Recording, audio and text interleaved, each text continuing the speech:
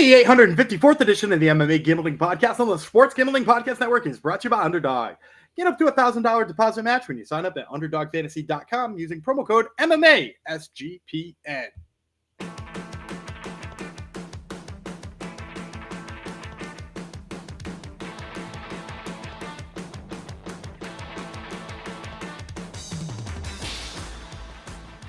Howdy ho, Degenerinos. Welcome to episode 854 of the MMA Gambling Podcast, the Sports Gambling Podcast Network, dedicated to the nickname Rat Garbage, RIP.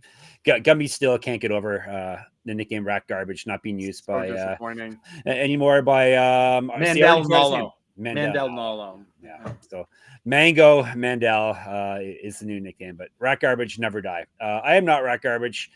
I am. Do we decide my new nickname, Gumby? I guess by this episode, Christian Soda. Christian Soda is my name, aka Jeff Fox. Jeff Christian Soda Fox.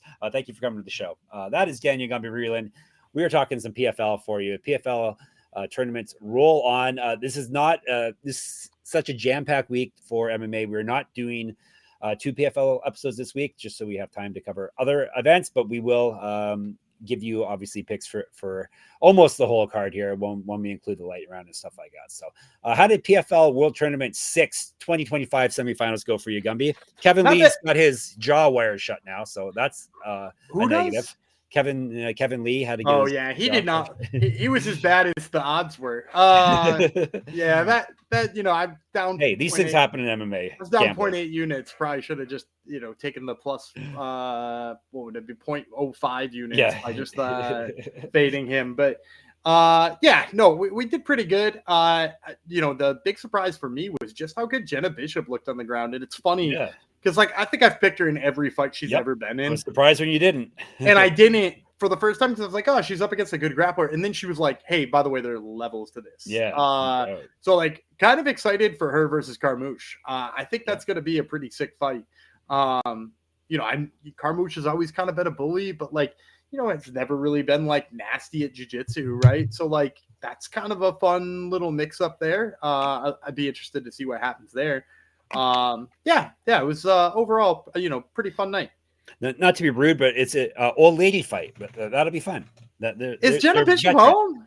She's late 30s, I think. I don't want to dox these people on their ages, but yes.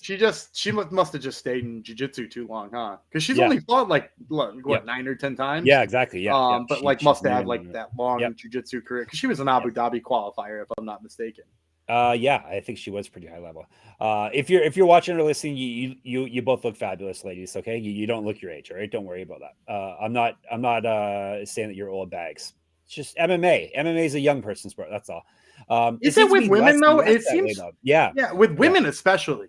Women seems like it's the opposite. It's like they're hitting their prime at 35.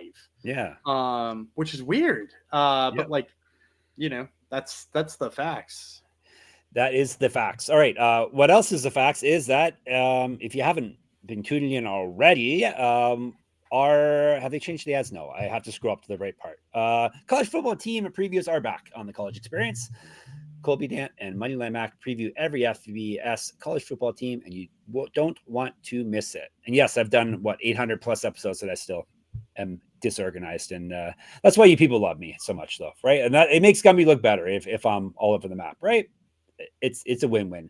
All right, we're doing PFL World Tournament 7 2025 semifinals. Another catchy title. They're off to Chicago this time. This is a Friday night event, 8:30 p.m. start time. Oh, it's going to be a super late one then, Gumby, especially with PFL pacing. This is going to be all night long.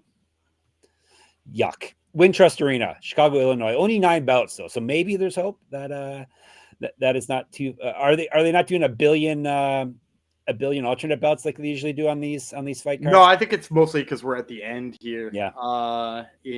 They have to put the heavyweights on the prelims anyway. Yeah, exactly. We're not covering. Watch. We're not covering that. Yeah, for that. I'll hit him in my lightning round. Just because there's not much breakdown. Yeah, but we're not covering it in full because they are heavyweights. So this week is all about the 185s, middleweights. It's actually the heavyweight classes: middleweights, light heavyweights, and heavyweights. And we're kicking things off, and we're doing there's one just feature feature bout on the card as well that we're going to cover here. So let's dive into her, shall we? I told you all the info. It is on ESPN, ESPN Plus. Canada, they want you to pay for it with DAZN, I believe, still, as far as I know. All right, 205 semifinal. That would be light heavyweight. Antonio Carlos Jr. from Brazil. Simeon Powell from England. No odds as of this recording. Actually, no, I'm sorry. There is odds. This is the one we do have odds for. So Carlos Jr. we'll talk about first. Cara de Sapato. Tell the people what that means, Gumby. Shoe face. Shoe face, of course. 17-6 with 2. It's actually literally face of shoe. Which is even better. 17-6, 2 no contests. He's submitted 12 people. He's been knocked out once. He is a durable guy. That means 7-1 with 1 no contest in PFL. 2021 champion, 6-1 over his last 7. He did win his last bout. He went 7-5 with 1 no contest in the UFC. He went 3-0 in the Ultimate Fighter and won the championship of his season. He used to fight at 185 and heavyweight was the tough season. 2013 pro MMA debut, 5-3. For what we have, 5-3 in grappling and a champion. I'm sure he's had much more grappling belts than that, though. Plus 110. Smooth Simeon Powell. 11-1, 5 knockouts, 3 submissions. He's been knocked out once. 6-1 in PFL. He's won 2 straight. TKO win in his last bout. 1-0 in Bellator. Rip. 9 years younger than Carlos Jr. 3 inches taller. 6 inches reach on him. Minus 150. I'm gonna go Antonio Carlos Jr. I'm gonna take the slight underdog out of the gate. The biggest, I actually wrote off Antonio Carlos Jr. when he went and did Brazilian Big Brother. Yep, that's right. I did mention that on the resume. Sorry. Yeah. No, I don't know if did he win? Do we know if he won the Brazilian Big Brother? I don't know. How come you haven't been up to date on your Brazilian Big Brother? I should find out. You're right. Yeah, because we should be talking about that regional championship if he's he's won Brazilian. Yeah, exactly. That is technically a regional championship. Yeah, I think we would have heard about it more if he won, but I don't know. He was posting it all over social media for like weeks. Almost like he was contractually made to do it or something. Let me see. Someone named Amanda Mireles won. And Eileen Worley came in was the runner-up. So he wasn't even a runner-up. No. Oh, that's not a good finish. No, but seriously, I wrote him off after that, and then he came back and he looked pretty damn good grappling in his last few bouts, and I've been basically reinvigorated in my love for, because I always liked him in the UFC, right? He's fun as hell if you're a fan of grappling. Yeah, exactly. Yeah. He's a jiu-jitsu dude, and he's so sneaky with his jiu-jitsu too. And so, he's going to be fighting Simeon Powell here, who, first of all, has some of the most absurd-looking reach I've ever seen in my life. I think it's 85 inches, his reach is, which is longer than John Jones, if I'm not mistaken, too. Who?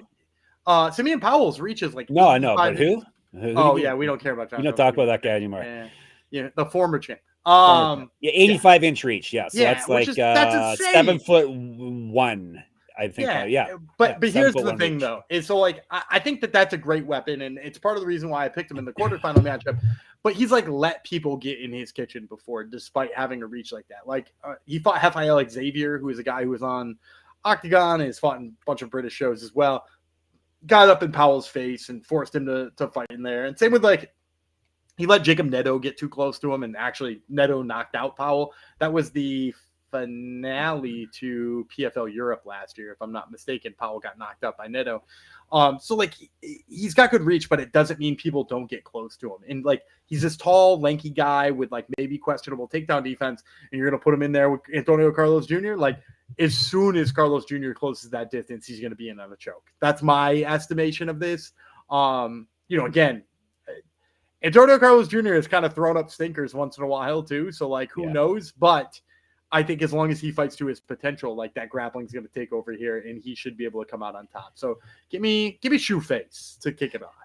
Did he leave? I'm thinking he left the UFC and didn't get cut. Is that right, or am I misremembering it? As a contract expiring, and they couldn't come to terms. It might have been 50-50. It might have been contract expired. He chose to fight it out. The UFC offered him a contract, but it was insulting, and he wound up here.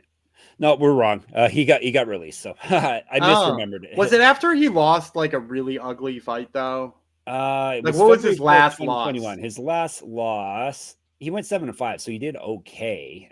He lost to Brad Tavares, which is not, that's usually the guy who they're trying to cut you from. Yeah, he actually Brad Tavares is the chopping guy. He lost 3 straight. Ian Heinisch, Uriah Hall, Brad Tavares. And like, okay, we've had enough. I can see that now. If you're not out grappling Uriah Hall, it's probably time to go. Yeah, I can see that. All right, we're moving on to actually we're sticking with 185, but there's a Canadian in this bout. So that last one was 205. Was that last one? 205. You're right. I'm sorry.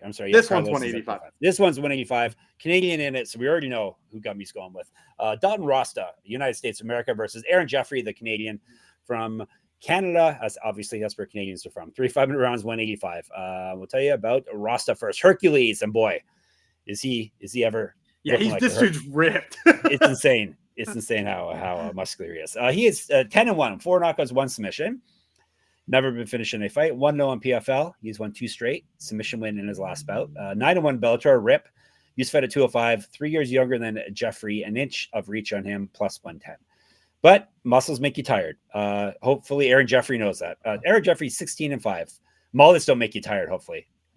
Does he still have the mullet and the mustache combo? I'm pretty sure, but I haven't seen him in a minute. Yeah, he has like a logo and everything, I think, based on that. He's 16-5, 9 knockouts, 1 submission. He's been submitted once. Both these guys are pretty durable dudes. 1-0 on PFL. He's won 2 straight and 6 of 8. He went 4-2 in Bellator. RIP. 0-2 in Contender Series. You remember both people he lost to, Gumby? Yeah, the first one was Brendan Allen, which is a tough ask, and the other one was Kai Ohio. Yeah, he had a tough go there. Yeah, that's a really bad combo right there. He does have multiple region championships on his mantle. Correct. Get our shirts, get our merch, sportsgamblingpockets.com/store. 2014 Pro MMA debut. He's 2 inches taller than Rosta, minus 150. You missed something. Oh, this is a rematch. Damn it. Rematch. Really? Yeah, Dalton Rosta's only loss in Bellator was to Aaron Jeffrey. And I'm going to pick Gummy's pick. No, I'm going to pick him anyway. Damn you. First of all, it's not because he's Canadian. It's because Dalton Rosta is built like an Adonis. Yes, Gumby is into a fighter's bodies. It's true. I mean, so he's ripped and he uses the strength really smartly. He doesn't tire out. He's a good grappler, all those types of things. And like, I think he lost to Jeffrey because Jeffrey tagged him early in that fight. I don't know if you haven't seen the fight. You didn't know they fought. I might have seen it. I forget things. Yeah, but to any of you who have seen it, like Jeffrey landed some like pretty impactful leg kicks early in that fight. And I think it messed up Rosta, either messed up his game plan or he just, didn't feel as confident on his speed anymore or whatever it might be. Like, I think those leg kicks completely changed the tenor of the fight. And I think if you just go in and you say, hey, Dalton, we're going to do the same thing we did last time. And this time, when he throws that leg kick, check it. And he does, he's going to win. Like, I think he's the better fighter. And we've seen like Aaron Jeffrey, like, have issues with wrestlers. I mean, we just mentioned Brendan Allen, right? We just mentioned, that's kind of how Kai Ohio beat him up. Like he loses to guys who are good at taking him down. Although I think he does have a win over Andre Petrosky, if I'm remembering correctly, on the regional scene. Although that win is becoming less and less valuable, seemingly by the day. But yeah, so like I've seen wrestlers get to him, and I know that the calf kick worked the first time, but I don't feel like Rosta is going to be like just there to get beat by the same thing the second time. So give me Dalton Rosta. I think he corrects his issues and learns from his prospect loss. All right. Before we dive into more plays, a reminder: the Circus Ultimate Fantasy Football giveaway is on right now. Circus Resort and Casino in Las Vegas is giving away the ultimate fantasy football experience for a 12-person league to draft in Vegas and be treated like VIPs for their stay. You'll get a limo ride from the airport, a $5,000 tab for stadium swim, and a hotel stay for you and your 11 league mates. You can always get 15% off at all the Circa properties with promo code SGP15. Enter the Ultimate Fantasy Football Contest for free at sportsgamblingpockets.com/circa. That would be sportsgamblingpockets.com/CIRCA. And we're brought to you by the mighty MyBookie.ag. MyBookie is your place to bet on every sport, including MMA, naturally. MyBookie accepts customers from a ton of locations, easy deposit, lightning fast payouts using crypto. They'll have the PFL lines up. If they don't have them up as of this recording, they should be up very shortly. And when you do go check out the lines there at MyBookie.ag, use our promo code MMA SGPN to sign up, and that way you get 100% deposit match up to $1,000. Terms and conditions apply. That's MyBookie.ag, promo code MMA SGPN. All right. He faded the Canadian. Gumby was fading Canadians well before it was cool to fade Canadians. All right, everyone? We vaguely tried to put together a shirt that said fade the Canadians. Yes. I don't know if we can do that now. That's the problem. Oh, It's not as funny anymore. Oh, yeah. I realized that's not. Whoops. It used to be funny. We were ahead of the trend, Gumby. We were well ahead of the trend. Whoops. All right. We're going to a non-tournament bout bantamweight, right? Sergio Pettis, Raufeon Stots. Was this supposed to be on a canceled card, or was it always? I think maybe, but I don't remember. Yeah, probably it might have been on one of the Europe ones or one of the ones that they were going to cancel, that they ended up having to cancel. Anyhow, should be a good bout regardless. They're both from the United States. They're fighting at bantamweight. We're going to tell you about Mr. Pettis. First, the Phenom. He's like 31 now. I don't know if he's still a Phenom, but still 20. He's had 30 I don't know fights. If he ever was a Phenom. No. 30 fights. That definitely doesn't make you a phenom at this point. He's 23-7, 4 knockouts, 4 submissions. He's been knocked out once, submitted twice. This is his PFL debut. He's lost 2 straight fights. Before that, he won 6 straight. He's not fought since June 2024. He's not won since June 2023. He went 5-1 to Bellator and was the champion there. Previously, 9-5 in the UFC. Regional champ. Used to fight at 125. Did he ever fight a bantamweight in the UFC? I think he was always 125 in the UFC. I think it was just 25. Yeah. 2011 Pro MMA debut, 5 years younger than Stots, plus 200. Supa Stots, SUPA. 21-2, 4 knockouts, 5 submissions. He's been knocked out twice. These guys owe us some finishes, Gumby. Yanni is betting this fight to end inside the distance for sure. He's gone 1-0 in PFL. He's won 2 straight and 13 of 14. Submission win in his last bout. 8-1 in Bellator in the former champ, RIP. For both Bellator guys, and they're both former champs, so that's fun. Regional champ as well, 2015 Pro MMA debut. 1 professional grappling bout, which was a draw. 1 inch of height, 4 inches of reach, advantage over Pettis, minus 300. Yeah, I'm going Raufeon Stots. I've always kind of liked Sergio Pettis, but the fact of the matter is he didn't look real great in his last couple of MMA bouts. Mm-hmm. And then it seemed like he was like almost done with MMA. Like he went and boxed, right? Like there was a recent boxing match I'm remembering, and I don't even think he looked good in that boxing match. And then so you're gonna go from saying like, okay, maybe I'm done with this MMA thing, or I'm gonna go box, or I'm interested in doing everything, which when has that ever gone well for a UFC fighter, right? When they're like, we're gonna mix and match and then come back. I mean, I guess it worked for Francis Ngannou, who I guess even though he didn't win his boxing matches, he made a buttload of money and then came back and he could beat anybody in PFL with one hand tied behind his back. If he's allowed to fight ever, So, I mean, it doesn't typically work. And it's sort of that, same as, I'm kind of talking about retiring. That's kind of how I feel about it. I'm dabbling in boxing is basically 1 foot out the door. And, Stots is a guy who, if you're thinking about only boxing, I got some real terrible news for you about fighting Raufeon Stots, because that dude's just going to be all over your hips. This guy's going to shoot 100 takedowns. He's going to be inside on each and every single one of them. I mean, the only loss he has in his last 15 fights or something like that is when he took a bad shot on Patchy Mix and Patchy Mix knocked him out. Now, granted, some people are going to look at that loss now and be like, maybe that didn't age so well, especially because it was Patchy Mix throwing a strike. But it was that's weird. He used to throw strikes once in a while. Yeah, but it was mostly just he got caught coming in to doing what he was doing best anyway. I think Raufeon Stots just dominates this with his grappling. I think he suffocates Pettis, makes him fight inside a phone booth when it's on the feet, and when it's not on the feet, I mean, he's going to have all the top positions and all the control. So give me Raufeon Stots. If this was in Russia, they would be fighting inside a phone booth, but they do sometimes. Yes. It's in the United States instead. All right, let's get to our co-main event. It is the other half of the tournament semifinals at 205. Phil Davis versus Sullivan Cauley. They're both from the United States. We'll tell you about Sully first. He is 7-1, 6 knockouts, 1 submission. He's been submitted once. He owes his rounds. That's the epitome right there. 1-0 in PFL. He's won 2 straight. He's not lost since March 2023. 6-1 in Bellator, RIP. 12 years younger than Davis, 1 inch taller, plus 175. Mr. Wonderful, Phil Davis, 25-7 with 1 no contest, 7 knockouts, 5 submissions. He has never been finished in a fight. That is durability there. 1-0 in PFL. He's won 3 of 4 and 6 of 8. TKO win in his last bout. He's not lost since June 2023. Someone's snapping their winning streak here. 11-4 in Bellator and the former champ, RIP. 9-3 with 1 no contest in the UFC.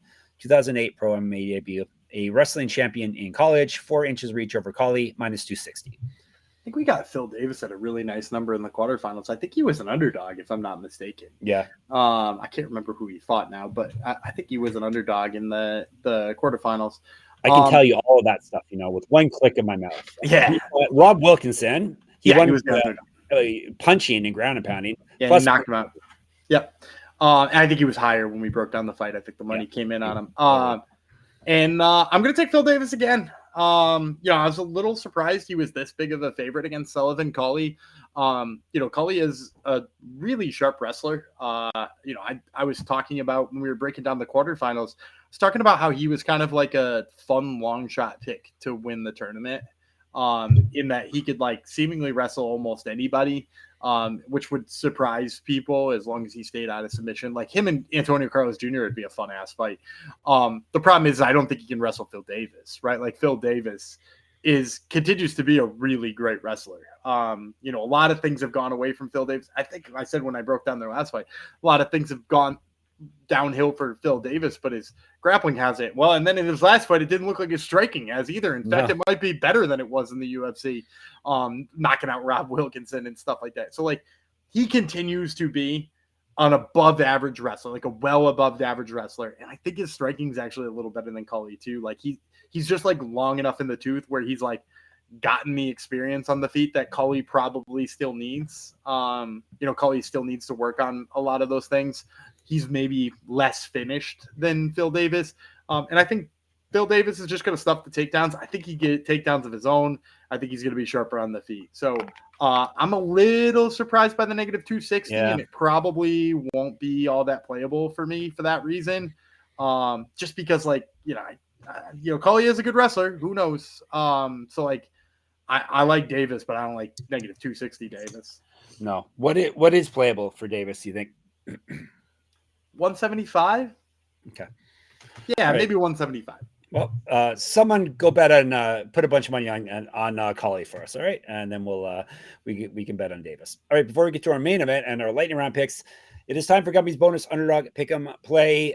They went long for the NBA finals, but now that NBA and NHL are over, they still have a bunch of other sports for you.